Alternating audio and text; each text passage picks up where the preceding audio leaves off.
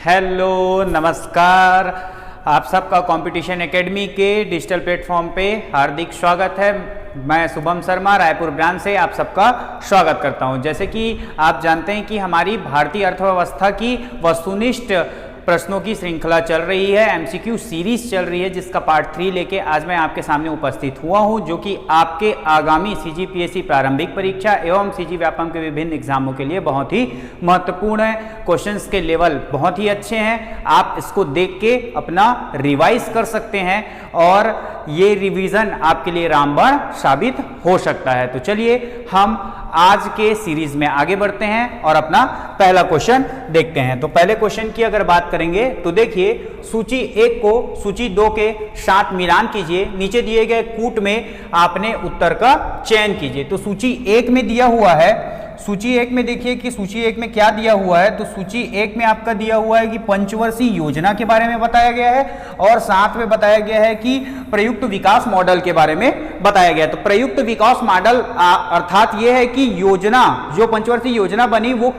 उसको किसने डिजाइन किया, क्या किस प्रकार से डिजाइन किया गया, और जिन्होंने डिजाइन किया उसी के आधार पे उस मॉडल, उस योजना का नाम दिया गया है, उसको उस मॉडल के रूप में जाना गया है। तो उसी में अगर हम बात करें तो देखिए ऑप्शन में दिया गया है प्रथम, द्वितीय, तृतीय और चतुर्थ 4 पंचवर्षीय योजनाओं के बारे में बताया गया है और प्रयुक्त विकास मॉडल के बारे में बताया गया है कि एस चक्रवर्ती मॉडल है, हेरोल्ड डोमार मॉडल है, या अशोक रुद्र मॉडल है, या महालनोबिस मॉडल है। ठीक, आपके सामने कूट दिए गए हैं। कूट में बात करेंगे तो ए बी सी डी दिया हुआ है, ऑप्शन ए दिया हुआ है 1 3 2 4, ऑप्शन बी दिया हुआ है 2 4 1 3, ऑप्शन सी दिया हुआ है 3 1 2 4 और ऑप्शन डी दिया हुआ है आपके सामने 2 1 4 3 दिया हुआ है। तो चलिए इसका सही आंसर की बात करेंगे तो जो पहली पंचवर्षीय योजना थी, पहली पंचवर्षीय योजना थी वो हेरोल्ड डोमार मॉडल पे आधारित थी। तो ऑप्शन ए का हो जाएगा 2, तो 2 का आपका ए याद रखिएगा। ठीक, अब इसके बाद दूसरे पंचवर्षीय योजना की अगर बात करेंगे तो दूसरा पंचवर्षीय योजना महालनोबिस मॉडल पे आधारित थी, तो ऑप्शन इसका हो जाएगा आपका बी। ठीक, और अगर तीसरे की बात करेंगे तो याद रखिएगा बहुत इंपॉर्टेंट, सुखमय चक्रवर्ती, एस चक्रवर्ती मॉडल पे आधारित थी, ये आ जाएगा सी आपका। और चतुर्थ आपके अशोक रुद्र मॉडल पे आधारित था, ये आ जाएगा आपका डी। इस प्रकार से बनेंगे तो इस प्रकार के ऑप्शन जिसमें आपको देख रहे होंगे वो आपका राइट होगा। तो ए में 2, ए में 2 देख लीजिए, ए में 2 इसमें दिख रहा है आपका, ए में 2। ठीक है, इसके बाद अगर बात करेंगे तो जो बी में 4 किसमें दिख रहा है जी, तो ये बी में 4 दिख रहा है, option number B is right answer. देख लीजिए जो हमने बताया है, option number B is right answer. तो इसका right answer option number B हो जाएगा। चलिए, मैंने बोला कि ये आपके रिवीजन के लिए भी बहुत ही इंपॉर्टेंट रहेगा। क्यों रहेगा? इस कारण रहेगा, हम पहले पंचवर्षीय योजना को समझने वाले हैं। तो पंचवर्षीय योजना में ध्यान दीजिएगा, पंचवर्षीय योजना है क्या, अगर उसकी बात करेंगे तो इसमें ध्यान दीजिए कि पंचवर्षीय योजना किसी भी विकास के टारगेट को, जो टारगेट रहता है आपका, टारगेट होता है, उस टारगेट को प्राप्त करने के लिए, टारगेट को आपको क्या करना है जी, प्राप्त करना है, अचीव करना है। उस टारगेट को प्राप्त करने के लिए क्या करते हैं आप, योजना बनाते हैं, योजना बनाते हैं या प्लान करते हैं। ठीक, प्लान करते हैं, योजना बनाते हैं, तो उसी के लिए जो आपकी प्लानिंग रही वही आपका योजना कहलाया। ठीक है, और उस प्लानिंग को अगर हम देश में ला देंगे तो वही हमारा क्या होगा, पंचवर्षीय योजना होगा। ठीक, पंचवर्षीय योजना के बारे में एक और बात करेंगे, जो आपके योजना या इसको बोलते हैं नियोजन, याद रखिएगा, क्या बोलते हैं, नियोजन। ठीक, इस नियोजन के बारे में अगर बात करेंगे तो यह नियोजन समाजवादी अर्थव्यवस्था का क्या है, एग्जाम्पल है, याद रखिए, समाजवादी अर्थव्यवस्था का उदाहरण है। ठीक, और ये आया कहां था, तो यूएसएसआर से आया था, सोवियत संघ रूस से इस प्रकार की अवधारणा आई थी, जो कि सोवियत संघ रूस में 28-29 के दौरान में मंदी का दौर चला था दोस्तों, और इसी मंदी के दौर में, इस मंदी के दौर से निपटने के लिए यूएसएसआर ने विश्व से क्या किया था, विश्व के सामने इंट्रोड्यूस किया था किसको, आपका योजना, पंचवर्षीय योजना को या आर्थिक नियोजन को, याद रखिएगा, किसको, आर्थिक नियोजन को इंट्रोड्यूस किया हुआ था। ठीक, और कैसे इंट्रोड्यूस हुआ था तो उसके बारे में अगर बात करें तो देखिए, भारत में पंचवर्षीय योजना की शुरुआत अगर बात करेंगे तो प्लानिंग कमीशन की स्थापना आपका 1950 के दौरान में हुई। 15 मार्च 1950 में योजना आयोग की स्थापना होती है और उसी के तहत साल दर साल योजना लाते गए। तो उसी में हमने 12 पंचवर्षीय योजना, कौन कौन सी पंचवर्षीय योजना आई है उसके बारे में एक चार्ट बनाया हुआ है, जिसको आप देख सकते हैं, स्क्रीन पे दिख रहा है। पहली जो पंचवर्षीय योजना थी, इसमें कृषि क्षेत्र में प्राथमिकता दी गई, जो कि 1951 से लेकर 56 के बीच में रही। मैंने अभी आपको बताया कि जो प्लानिंग कमीशन था, योजना आयोग था, इसका गठन 15 मार्च 1950 को हो गया था। ठीक है, और 51 से हमने आर्थिक नियोजन की दिशा में कार्य करना स्टार्ट कर दिया। उसी के तहत पहली पंचवर्षीय योजना कृषि क्षेत्र में प्राथमिकता दी गई, जो कि दूसरी पंचवर्षीय योजना थी वो 56 से 61 में। और जब हमने कृषि क्षेत्र को देख लिया तो आपका उद्योग क्षेत्र में प्राथमिकता दी गई भारी उद्योग के लिए। जो भारी उद्योग में प्राथमिकता दी गई, यही आपका पीसी महालनोबिस मॉडल पे आधारित थी। ठीक, इधर देख रहे हैं, पहली पंचवर्षीय योजना हेरोल्ड डोमार मॉडल पे आधारित था। दूसरी पंचवर्षीय योजना औद्योगिकीकरण पे था, जो कि पीसी महालनोबिस पे आधारित थी। और तीसरी पंचवर्षीय योजना भारी और बुनियादी उद्योग पे था, जो कि सुखमय चक्रवर्ती मॉडल पे आधारित था। चौथी पंचवर्षीय योजना जो आई, ये आपका 69 से लेकर 74 के बीच में आएगा। न्याय के साथ गरीबी कम करना और विकास कार्य में तेजी करना, गरीबी हटाओ का नारा दिया गया चौथी पंचवर्षीय योजना में। पांचवी पंचवर्षीय योजना की अगर बात करेंगे तो 74 से लेकर 79 तक के चलिए, गरीबी हटाओ और देश को आत्मनिर्भर बनाओ, उसके बिहाफ पे कार्य किया गया। इसके बाद छठवीं पंचवर्षीय योजना की बात करेंगे तो 80 से 85 के बीच में बनी। पांचवी पंचवर्षीय योजना के रूप में वही जोड़ दिया गया, गरीबी हटाओ और आत्मनिर्भर भारत के रूप में कार्य किया गया। इसके बाद सातवीं पंचवर्षीय योजना की बात करेंगे तो 85 से 90 के बिहाफ में चलिए, फूड प्रोडक्शन, खाद्यान्न, रोजगार और उत्पादकता पे जोर दिया गया। इन तीनों मुद्दों पे वृद्धि करना ही इस पंचवर्षीय योजना का मुख्य उद्देश्य था। इसके बाद आठवीं पंचवर्षीय योजना 1992 से लेकर 97 के बीच में चला। ठीक है, रोजगार कार्य का सृजन, जनसंख्या नियंत्रण किया गया। और इसी पंचवर्षीय योजना के तहत एक कार्यक्रम चला था जिसको आप जानते हैं मिड डे मील योजना। खाद्यान्न, जो स्कूलों में खाद्यान्न प्रोवाइड किया जाता है, वो इसी पंचवर्षीय योजना में उसका आधारशिला रखा गया था। इसके बाद नौवीं पंचवर्षीय योजना की बात करेंगे तो 97 से लेकर 2002 के बीच में चला। ठीक है, 7% का विकास दर दिया गया और नौवीं पंचवर्षीय योजना समानता और सामाजिक न्याय की दिशा में कार्य करता था। साथ में नौवीं पंचवर्षीय योजना में आप याद रखेंगे कि हमारा प्यारा छत्तीसगढ़ राज्य का भी गठन हुआ है। 10वीं पंचवर्षीय योजना की बात करेंगे 2002 से लेकर 2007 के बीच में स्वरोजगार एवं संसाधनों के विकास पे जोर दिया गया। याद रखिएगा, बहुत इंपॉर्टेंट, ये जो उद्देश्य हैं योजनाओं के, उद्देश्य हैं, ये बहुत ही इंपॉर्टेंट है। यहीं से एग्जाम में डायरेक्ट क्वेश्चन बनते हैं, तो आप इसको भी याद कर लेंगे, तब भी आपका पंचवर्षीय योजना का पॉइंट क्लियर हो जाएगा। इसके बाद 10वीं पंचवर्षीय योजना की अगर बात करेंगे तो याद रखिए 2002 से लेकर 7 में स्वरोजगार एवं संसाधनों के विकास के बारे में बात किया गया। 11वीं पंचवर्षीय योजना की अगर हम बात करते हैं तो 2007 से 12 की ओर व्यापक और तेजी से विकास पे कार्य किया गया। और 12वीं पंचवर्षीय योजना की बात करेंगे तो 2012 से 17 के बिहाफ में चला। ये स्वास्थ्य, शिक्षा एवं स्वच्छता, समग्र विकास एवं सुधार पे बात किया गया। इसके बाद पंचवर्षीय योजना आना बंद हो गया। क्यों बंद हो गया तो उसको समझिएगा। जो पंचवर्षीय योजना थी, याद रखिए, पंचवर्षीय योजना कौन लाता था जी? योजना आयोग लाता था। ठीक है, कौन लाता था? योजना आयोग। जो योजना आयोग था ये पंचवर्षीय योजना लेके आता था। योजना आयोग को समाप्त कर दिया गया और इसके तहत इसका जगह लिया किसने? नीति आयोग ने। नीति आयोग के द्वारा इसका जगह लिया गया। और कब लिया गया तो याद रखिएगा, नीति आयोग का गठन 1 जनवरी 2015 में हुआ, याद रखिए। और ये नीति आयोग की जगह अब योजना आयोग कार्य करती है, जो कि सरकार के थिंक टैंक के रूप में कार्य करती है, विचारशिला के रूप में कार्य करती है। ठीक है, इस कारण अब पंचवर्षीय योजना आना बंद हो गया और अब आता है, याद रखिएगा, 15 वर्षीय प्लान लाते हैं। ये 15 वर्षीय प्लान लाते हैं। 15 वर्षीय योजना के बड़े विजन पे कार्य कर रहा है अब हमारा देश, जिसके तहत हम विकास के राह में अग्रसर हो रहे हैं। ये आपके कुछ महत्वपूर्ण जानकारी है जो आपके आगामी एग्जाम्स के लिए बहुत ही कारगर सिद्ध होंगे। इसके बाद दूसरा क्वेश्चन देखते हैं, निम्नलिखित में से कौन सी जोड़ी में सही मिलान नहीं है पूछा गया है। याद रखिएगा, आप हमेशा गलत करते हैं हाँ या नहीं में, तो आप कभी भी क्वेश्चन कोई भी पेपर देंगे तो बहुत अच्छे से याद रखिए, आपको याद रखना है कि वो हाँ पूछा गया है या नहीं पूछा गया है, सही पूछा गया है या फिर गलत पूछा गया है। ठीक है, उसी प्रकार बात करेंगे निम्नलिखित में से कौन सी जोड़ी सही मिलान नहीं है। तो ऑप्शन ए दिया हुआ है बॉम्बे प्लान, ठीक है, सामने दिया हुआ है जॉन मथाई, ठीक है। उसके बाद ऑप्शन बी दिया गया है पीपल्स प्लान, सामने दिया गया है एम विश्वेश्वरैया, ठीक है। ऑप्शन सी दिया हुआ है गांधी प्लान और सामने दिया हुआ है श्रीमन नारायण, और ऑप्शन डी दिया हुआ है द्वितीय पंचवर्षीय योजना, सामने दिया हुआ है पीसी महालनोबिस। अभी आपने देखा, थोड़ा सा भी ध्यान दिया होगा तो आप जानते हैं कि पीसी महालनोबिस मॉडल पे ही आधारित है दूसरी पंचवर्षीय योजना। तो याद रखिए ऑप्शन डी जो है वो एकदम सही है,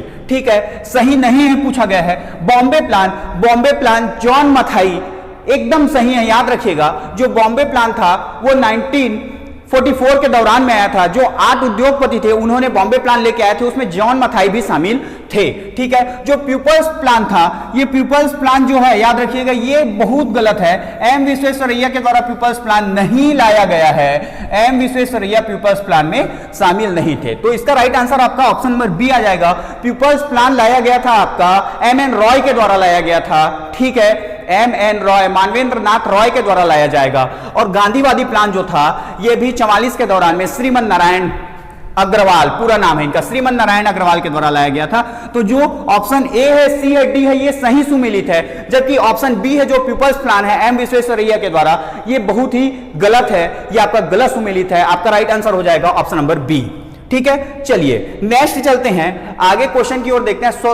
स्वतंत्रता के पश्चात निम्नलिखित में से किस योजना के द्वारा सिंचाई तथा उद्योग क्षेत्र में शासकीय निवेश की अनुशंसा की गई है। ऑप्शन ए दिया हुआ है आपका नागपुर योजना, ऑप्शन बी दिया हुआ है दिल्ली योजना, ऑप्शन सी दिया हुआ है मद्रास योजना और ऑप्शन डी दिया हुआ है बंबई योजना। तो याद रखिएगा, इससे जस्ट पहले क्वेश्चन में हमने क्या देखा है, बॉम्बे प्लान ही आपका बंबई योजना है, जो कि 1944 के दौरान में आया था। 1944 के दौरान में आपका ये आएगा बॉम्बे प्लान में 8 उद्योगपतियों के द्वारा ये प्लान लाया जाएगा, ठीक है। 8 उद्योगपति रहेंगे जो ये प्लान लाते हैं, और इसमें बहुत अच्छे से याद रखिएगा कि जो 8 उद्योगपति रहते हैं इसमें अध्यक्ष के रूप में रहते हैं सर अर्देशी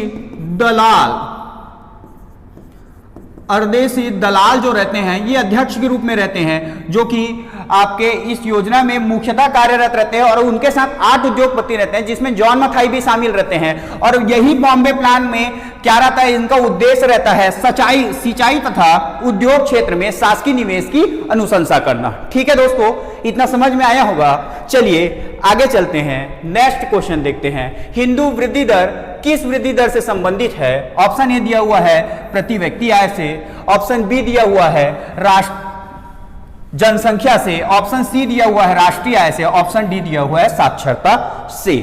तो हम इसके राइट आंसर में अगर बात करें तो याद रखिएगा, ये जो हिंदू वृद्धि दर है इसको इंट्रोड्यूस किया था प्रोफेसर राजकृष्ण ने, ठीक है। ये राष्ट्रीय प्रोफेसर राजकृष्ण के द्वारा वैश्विक मंच पे हिंदू वृद्धि दर को क्या किया गया था, इंट्रोड्यूस किया गया था, मतलब सबके सामने बताया गया था। जो कि राष्ट्रीय आय है, अगर इसकी बात करें कि जो एनएनपी होता है, याद रखिएगा एनएनपी होता है, नेट नेशनल प्रोडक्ट होता है, यही किसी भी देश का राष्ट्रीय आय कहलाता है। याद रखिए, एनएनपी निकालने के लिए हम जीएनपी में जब डेप्रिसिएशन या फिर घिसावट को माइनस कर देते हैं तो हमको राष्ट्रीय आय मिल जाता है। ठीक है, एनएनपी में क्या कर देते हैं, NNP is equal to GNP में जो ग्रॉस नेशनल प्रोडक्ट रहता है उसमें हम डेप्रिसिएशन को माइनस कर देते हैं तो हमको क्या मिल जाता है जी, एनएनपी मिल जाता है। यहीं पर अगर बात करेंगे जीएनपी की, तो जीएनपी निकालने के लिए याद रखिएगा, जीएनपी के लिए आप क्या करेंगे, जीडीपी में आप क्या करते हैं, जो भारत में निवेश, जो भारत के व्यक्ति विदेश में रहते हैं वो और जो आय अर्जित करते हैं उसको आप प्लस कर देते हैं, और बाकी जो विदेश में विदेश के व्यक्ति भारत में रहते हैं उसको माइनस कर देते हैं तो वो हमको क्या मिल जाता है, जीएनपी मिल जाता है, याद रखिएगा। और यहां से इसी में बताया गया है कि आपके एनएनपी में वृद्धि यानी कि राष्ट्रीय आय में वृद्धि ही हिंदू वृद्धि दर को, राष्ट्रीय आय में अगर वृद्धि होती है, राष्ट्रीय आय में वृद्धि होती है, आय अगर बढ़ता है, याद रखिए, तो हिंदू वृद्धि दर में भी वृद्धि होती है। हिंदू वृद्धि दर भी क्या होता है जी, वृद्धि होता है। और इसको इंट्रोड्यूस करने वाले व्यक्ति हैं आपके, याद रखिए, बहुत इंपॉर्टेंट नाम है, बार बार को प्रोफेसर राजकृष्ण के द्वारा इसको इंट्रोड्यूस किया गया है। प्रोफेसर राजकृष्ण जो रहे उन्होंने इसको इंट्रोड्यूस किया है।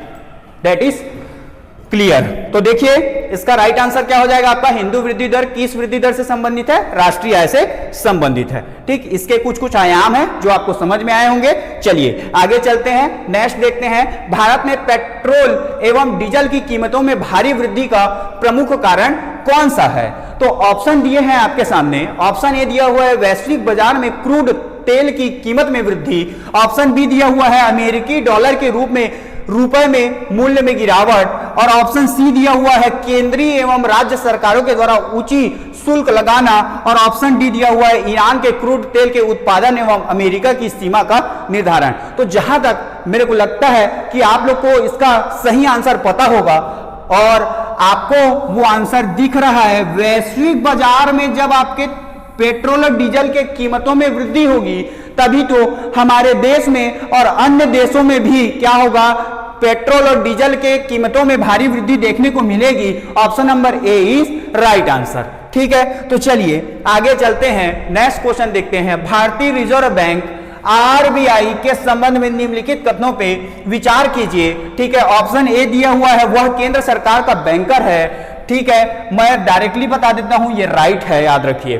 ठीक है, वह मौद्रिक नीति बनाता है और लागू करता है। ठीक है, ऑप्शन तीसरा दिया हुआ है वह अंतरराष्ट्रीय मुद्रा कोष के सिलसिले में सरकार के एजेंट के रूप में काम करता है। ऑप्शन चौथा दिया हुआ है आपका वह भारत सरकार के ऋण दान कार्यक्रम को संचालित करता है। इन कथनों में से कौन सा कथन सही है? ऑप्शन नंबर ए दिया हुआ है 1 और 2, ऑप्शन नंबर बी दिया हुआ है 2, 3, 4, ऑप्शन नंबर सी दिया हुआ है आपका 1, 2, 3, 4 और ऑप्शन नंबर डी दिया हुआ है आपका 3 और 4। तो इसका राइट आंसर हो जाएगा, याद रखिएगा। पहली बात तो जो आप जानते हैं कि जो आरबीआई है, जो आरबीआई है reserve bank of India, reserve bank of India हमारे देश भारत का क्या है जी, भारत का केंद्रीय बैंक है। पहली बात तो आप याद रखिए क्या है, केंद्रीय बैंक है। ठीक, तो भारत का केंद्रीय बैंक है यानी कि ये क्या है, भारत सरकार का बैंकर है। ठीक, दूसरी बात वह मौद्रिक नीति, आपको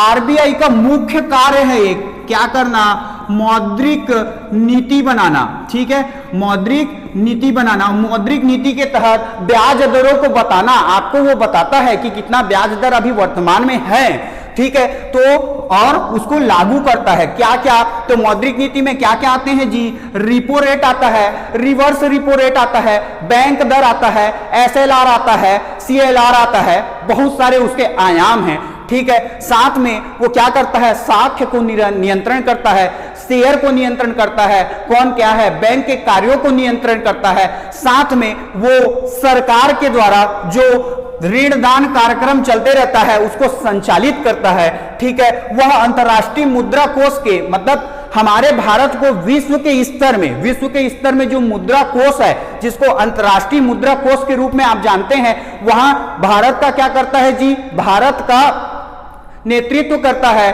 और वह सरकार के एजेंट के रूप में भी कार्य करता है। क्योंकि कहीं भी जब मुद्रा कोष की बात होगी तो हमारे देश में आरबीआई की बात होती है। तो इस चीज को याद रखिए और यहां से समझ में आ रहा है कि जो 4 कथन दिया हुआ है ये चारों कथन सही हैं। इस कारण इसका राइट आंसर हो जाएगा ऑप्शन नंबर सी, 1, 2, 3, 4। ठीक है, चलिए आगे चलते हैं। आरबीआई के बारे में इससे पहले वाले वीडियो में भी हम देखे थे और इसमें भी देखते हैं कि आरबीआई की अगर गठन की अगर बात करेंगे तो आरबीआई का गठन 1935 में हुआ है। ठीक है, कौन से अधिनियम के तहत हुआ है, तो अगर अधिनियम की बात करते हैं तो याद रखिएगा भारत शासन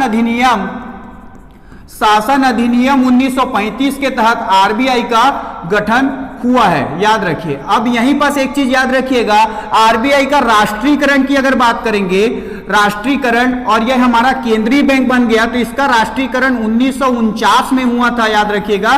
कब हुआ था? 1949 में आरबीआई का राष्ट्रीयकरण हो गया। अगर मुख्यालय की बात करेंगे, मुख्यालय की, तो इसका मुख्यालय मुंबई में है, ठीक है, मुंबई में आरबीआई का मुख्यालय है, ठीक है। और इसके बाद अगर बात करेंगे तो इसी में याद रखिएगा, इसके जो गवर्नर है, देखो फोटो दिख रहा है गवर्नर का, शक्तिकांत दास जी हैं, शक्तिकांत दास जी इसके गवर्नर है, याद रखिएगा, ठीक है। वर्तमान गवर्नर। कार्य की अगर बात करेंगे तो मुख्य कार्य अभी मैंने बताया, यह भारत का क्या है जी? केंद्रीय बैंक है, केंद्रीय बैंक है भारत का, ठीक, केंद्रीय बैंक। साथ में याद रखिएगा ये क्या करता है? आपका मौद्रिक नीति बनाता है, ठीक है, मौद्रिक नीति बनाता है और ब्याज दर का नियंत्रण करता है, ब्याज दर का नियंत्रण करता है, ब्याज दर का नियंत्रण करता है। तो ये इसके मुख्य कार्य है और साथ में भारत सरकार के बैंकर के रूप में कार्य करता है। तो ये आरबीआई से रिलेटेड कुछ महत्वपूर्ण फैक्ट और जानकारी रही जो आपके आगामी एग्जाम्स के लिए बहुत ही इंपॉर्टेंट है। चलिए नेक्स्ट चलते हैं। भारतीय रिजर्व बैंक के बारे में सत्य कथन पूछा है, याद रखिएगा। क्या पूछा है? सत्य कथन क्या है? ऑप्शन ए है इसकी स्थापना 1835 में हुई थी, ऑप्शन बी है भारत सरकार द्वारा इसका राष्ट्रीयकरण 1949 में किया गया, ऑप्शन सी है यह सामान्य बैंकिंग व्यवसाय करता है, और ऑप्शन डी है यह 1 रुपए के सिक्के का निर्माण करता है। तो पहली बात याद बताता हूं, इसमें देखिए जो आरबीआई है, ये आरबीआई है, इसका गठन कब हुआ है जी? 1935 में हुआ है। यहां पास क्या दिया है? 1835 दिया है, पहला गलत, ठीक। भारत सरकार के द्वारा इसका राष्ट्रीयकरण 1949 में हुआ था, यही ऑप्शन आपका सही है।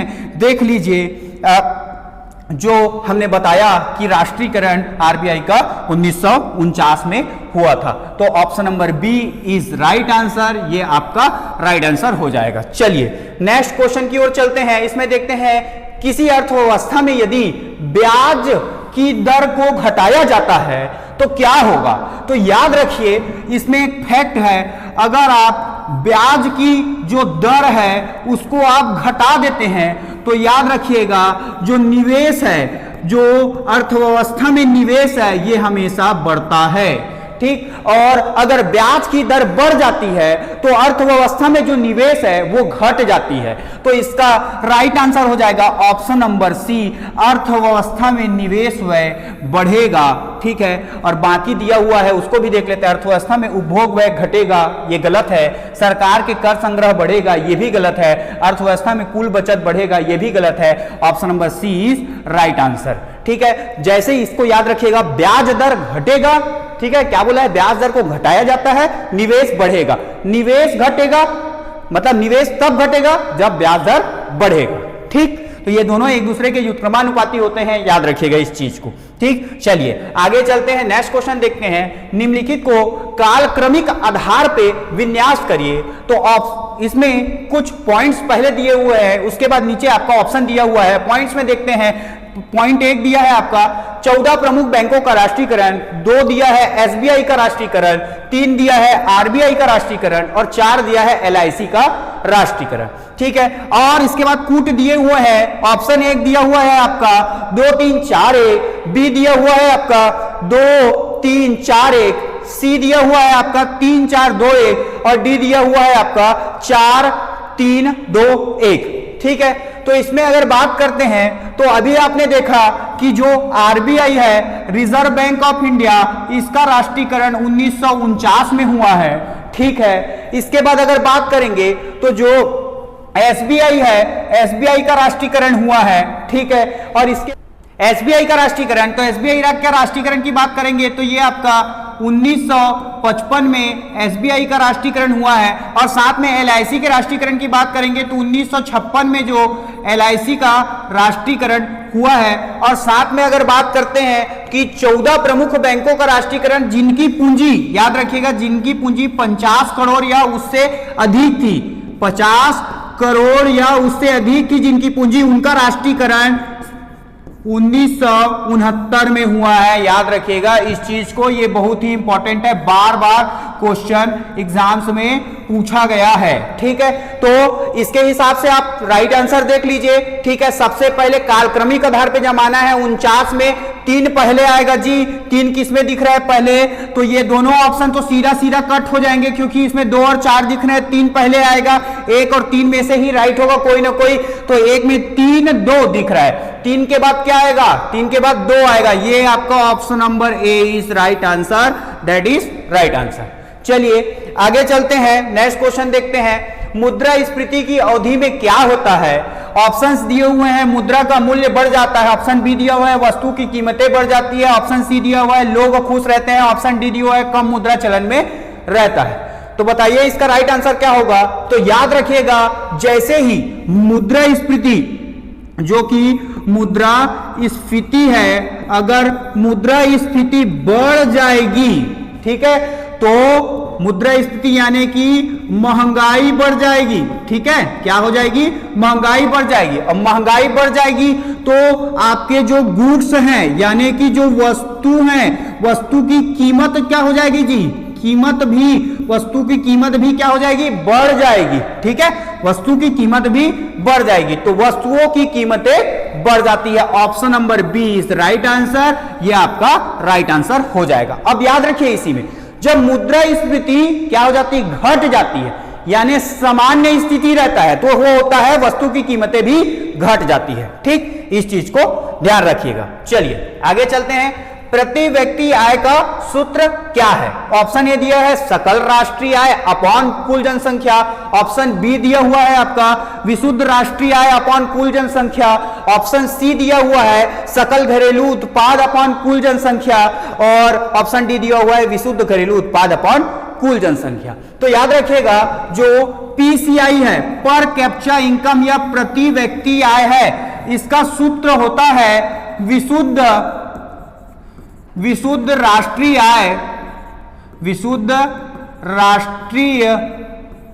राष्ट्रीय आय अपॉन कुल जनसंख्या। याद रखिएगा, कुल जनसंख्या,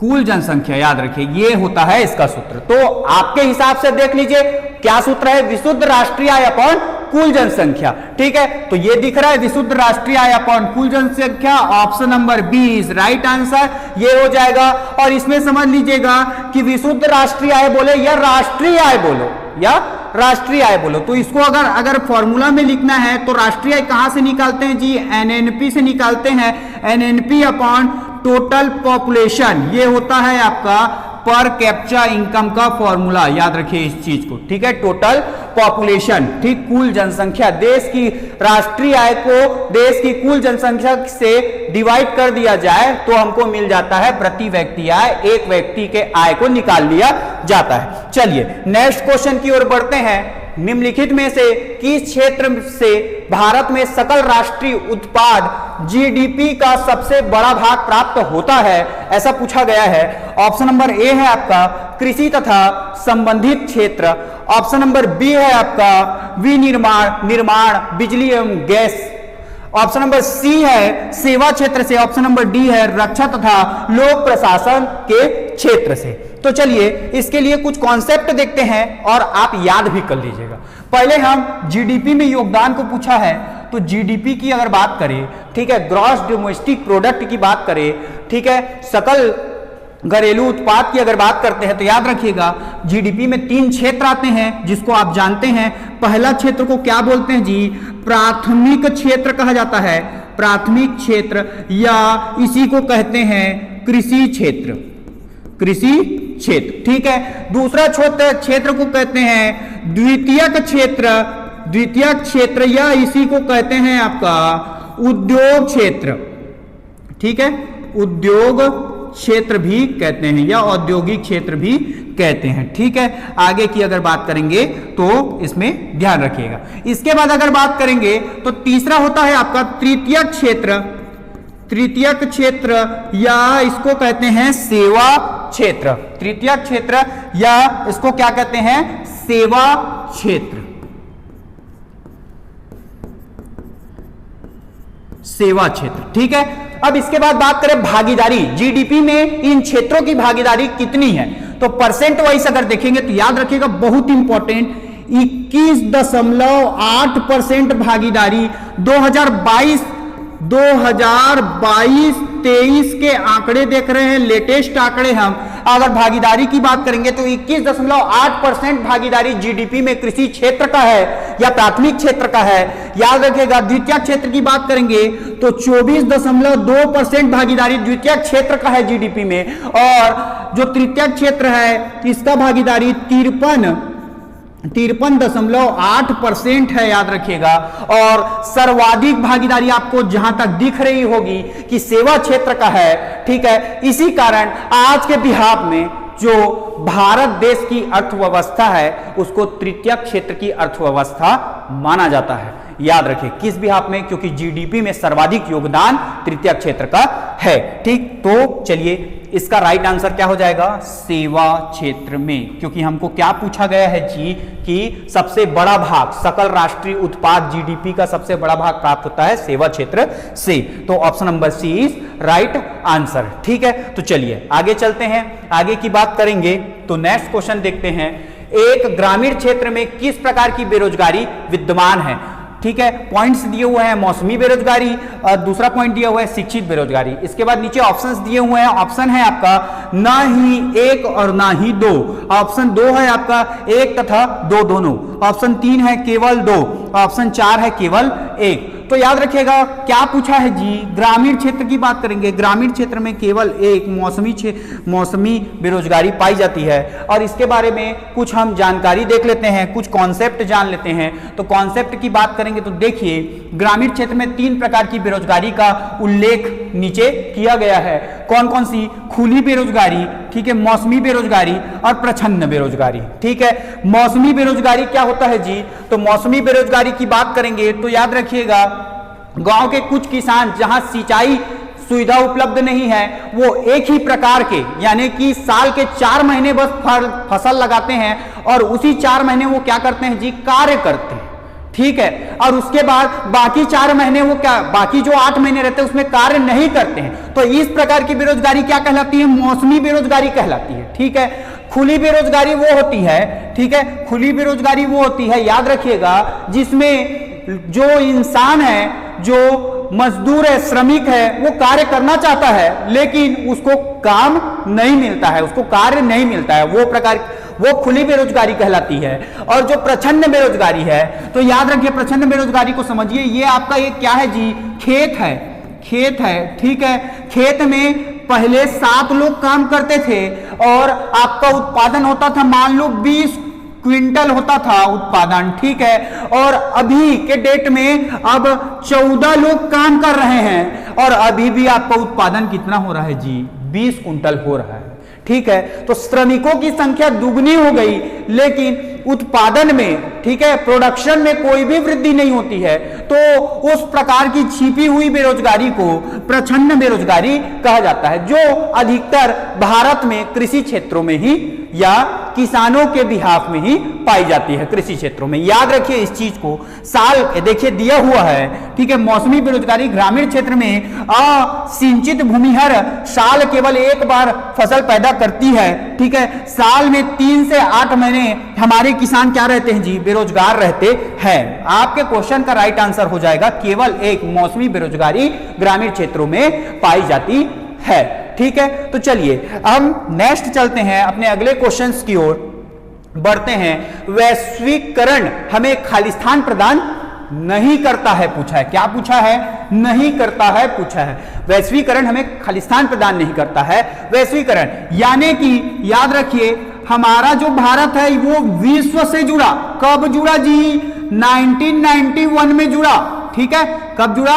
1991 में जुड़ा। इसी समय क्या आया जी? LPG आया, ठीक है, लिबरलाइजेशन, प्रिवेटाइजेशन और ग्लोबलाइजेशन आया। उसी के तहत ग्लोबलाइजेशन को ही क्या कहा जाता है? वैश्वीकरण कहा जाता है, ठीक है। और वैश्वीकरण क्या क्या प्रदान करता है? तो आप विश्व के बाजार से जुड़ेंगे तो क्या हो गया? विश्व के बाजार वाले लोग वस्तु लाएंगे, ठीक है। क्या लाएंगे?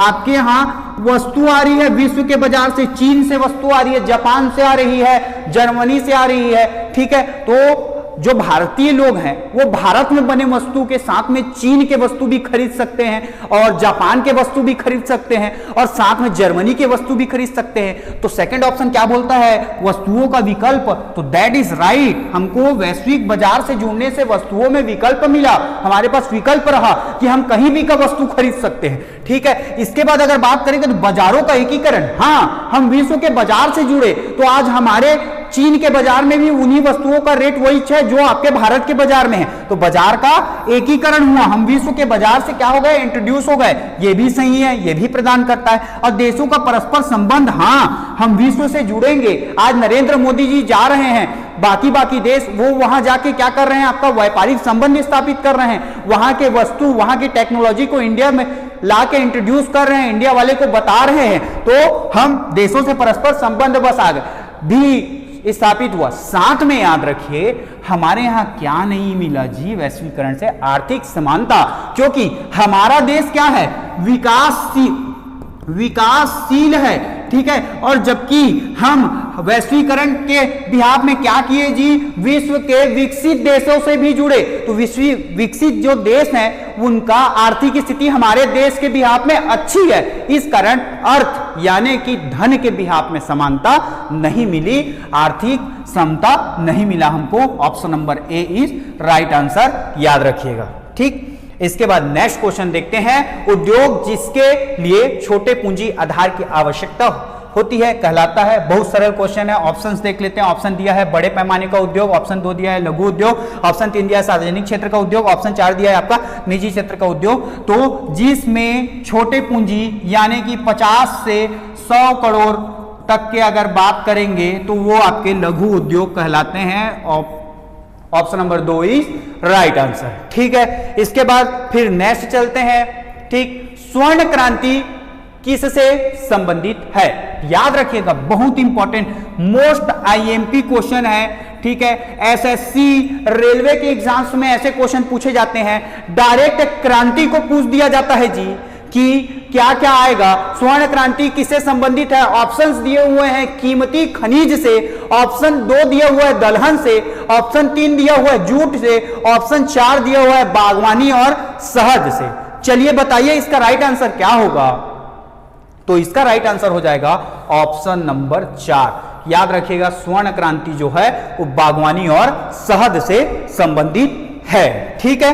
तो चलिए इसके बारे में कुछ कॉन्सेप्ट देख लेते हैं ताकि एग्जाम्स में इसके बिहाफ में कोई क्वेश्चंस आते हैं वो आपसे इजीली बन जाए, ठीक है। स्वर्ण क्रांति बागवानी और शहद से संबंधित है, हमने अभी देखा, ठीक है।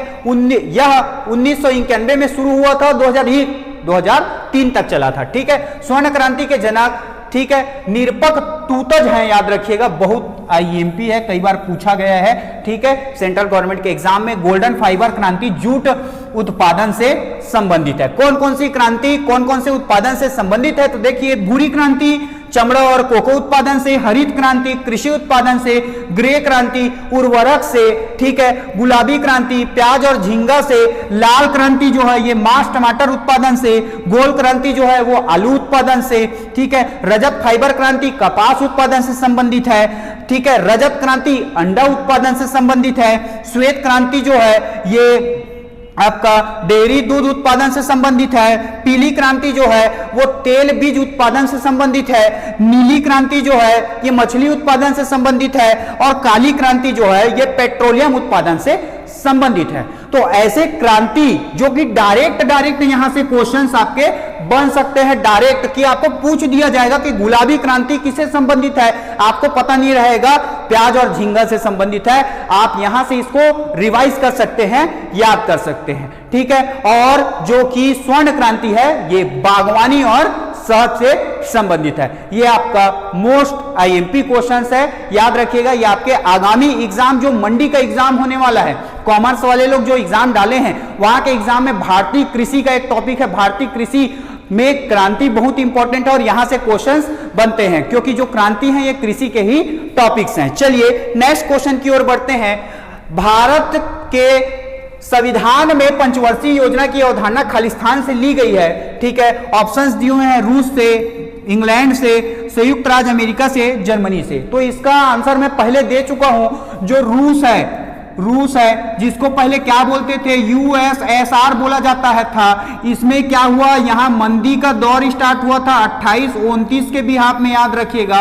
और इसी समय रूस क्या था जी,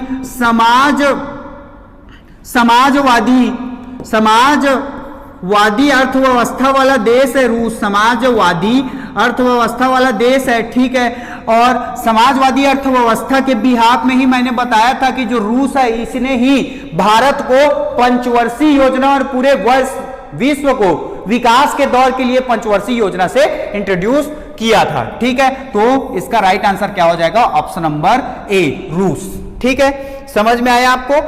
इतना ये आज के महत्वपूर्ण क्वेश्चंस रहे हैं भारतीय अर्थव्यवस्था के, जो आपके आगामी एग्जाम्स, सीजीपीएससी प्रारंभिक परीक्षा और सीजी व्यापम के विभिन्न एग्जाम्स, मैंने अभी बताया मंडी जैसे एग्जाम्स के लिए भी बहुत इंपॉर्टेंट है, जिसमें भारतीय कृषि के और भारतीय अर्थव्यवस्था के टॉपिक है, जिसको कवर करना आपके लिए इंपॉर्टेंट है, ठीक है। मिलते हैं नेक्स्ट वीडियो में। नेक्स्ट वीडियो में मैं और अच्छे लेवल के क्वेश्चंस लेके आऊंगा, जिससे आपकी तैयारी लगातार बनी रहे। मिलते हैं नेक्स्ट वीडियो में। आज के लिए इतना ही। Thank you so much.